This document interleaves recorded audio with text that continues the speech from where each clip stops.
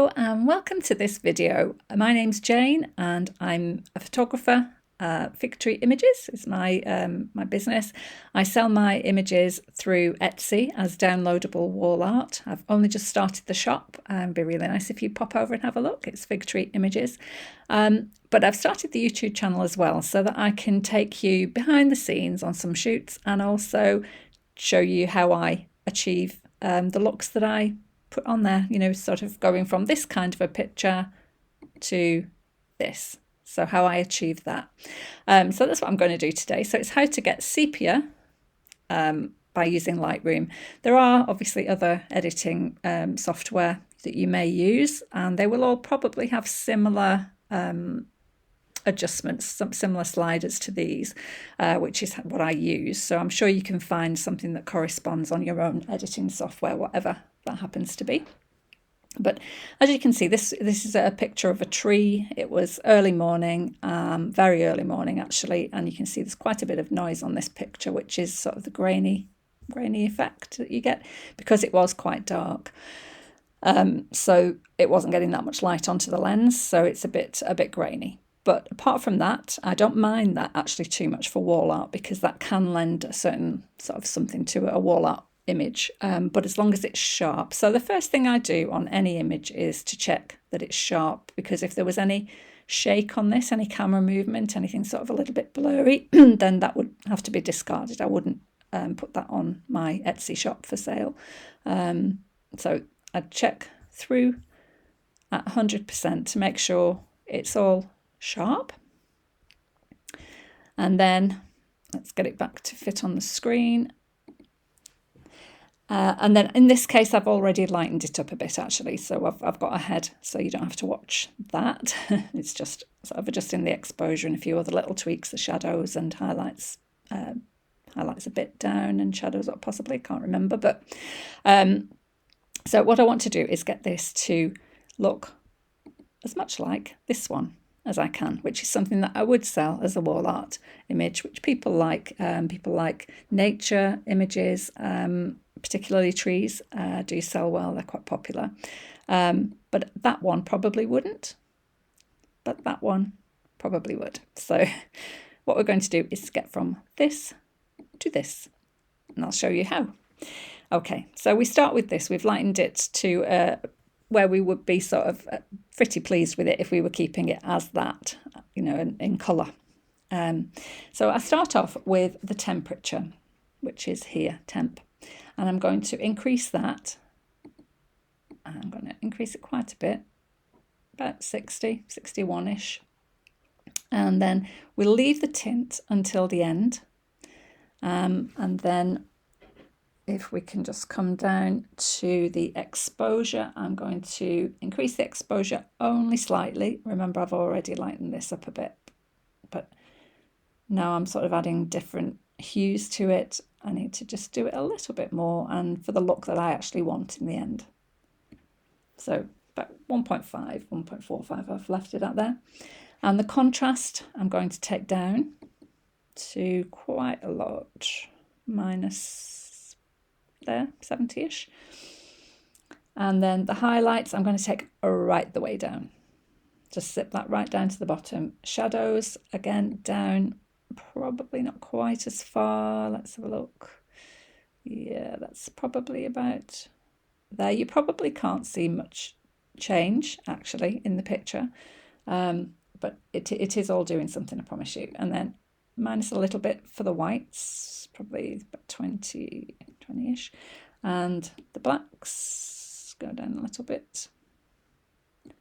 Okay, and then that's sort of your colour, you hues and things really done. The highlights, the shadows, the whites, the blacks, and the temperature, all right and how you want it. But now I'm going to do a little bit with this area, which is presence. So texture, I'm going to increase by a little bit. I want to see a bit more texture. However, I'm then going to take the clarity, which gives it the soft appearance that I'm after, down to quite a lot. Let's take it, see how we get on. What's it looking like there? So that's all right. That's looking quite nice. And the dehaze, so dehaze if I take it like down, it lightens it and sort of puts a bit of a film over the image. In this case, I want to increase it slightly to make it slightly darker. And then vibrance, I'm going to take down now because I'm trying to get rid of the colour. See how far we go to about there-ish. And then saturation, take it down, similar. Okay, and you can see it's going sort of black and white really now, but I've still got a little bit of the sun in there. Now I'm going to go back to the tint, because this is where the sepia will come in. And this orange is probably going to lend itself a little bit to a sepia tint. If I just wanted black and white, I would go down to the colours and remove the orange altogether. But let's see how we get on. We can always do that afterwards. So if with the tint, let's go up and up and up and up and up and up. Let's see, nothing happening yet much. Sometimes a little bit slow. Okay, so we're pretty much there with that one. It's not quite as good as the other one actually that I did. And I have got a preset for that one.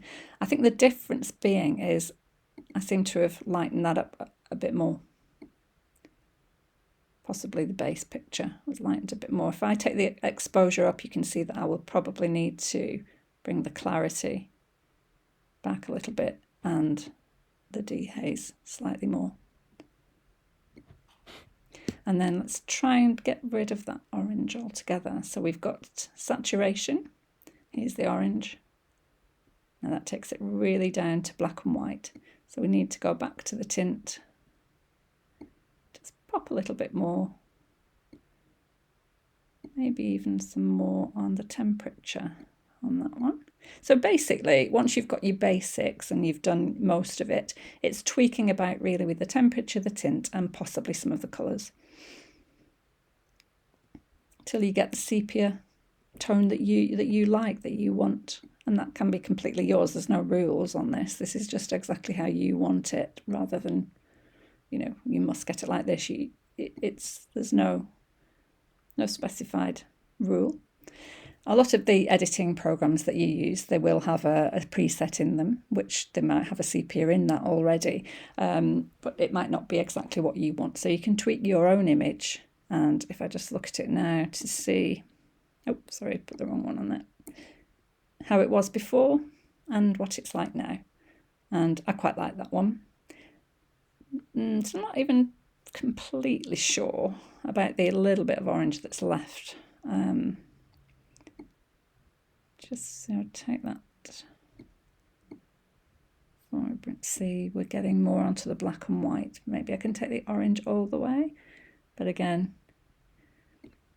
as I want it sepia, I think I'm going to need to leave that in, which is not a bad thing. I don't mind it actually too much. But you can just play with it until you get the look that you want. And then if you want to save that so that you can use that on other images without having to go through all those steps, then on Lightroom, you've got this section here, presets, and you click add, create preset, and then you can just call it whatever you want. So creamy sepia, I've already got, which was the other one. I'll call it creamy sepia 2, and I don't know why it's not interested in being travel actually.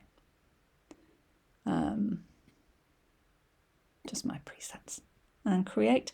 And then next time you want to do an image, so let's say I want to do this one the same, then I can search my presets or just scroll through them. Creamy sepia. Oops. I don't know whether that's actually saved my other one. But anyway, we can use that one. Now, on different pictures, it will look different because the base picture obviously will be different. Now, this one, as you can see, there's some camera shake in that, as I was trying to explain to you before. If I saw that, I wouldn't use this picture to sell, because you can see there's quite a lot of movement in that, and you don't want that because it doesn't look great, even as wall art. So, although I might like that image, I wouldn't use it because it is a bit shaky. But you can see that the sepia in this has got more more saturation, so I'll probably reduce the saturation on that one a bit more. So you may have to just tweak them, even though you're using a preset, you may just have to tweak it because the base picture, obviously they're not all the same and they don't all have the same colours. So you would have to tweak. Okay, thank you for watching. I hope you enjoyed that little video and hope you'll come back and see me again. Please like and subscribe and I'll see you next time. Thank you.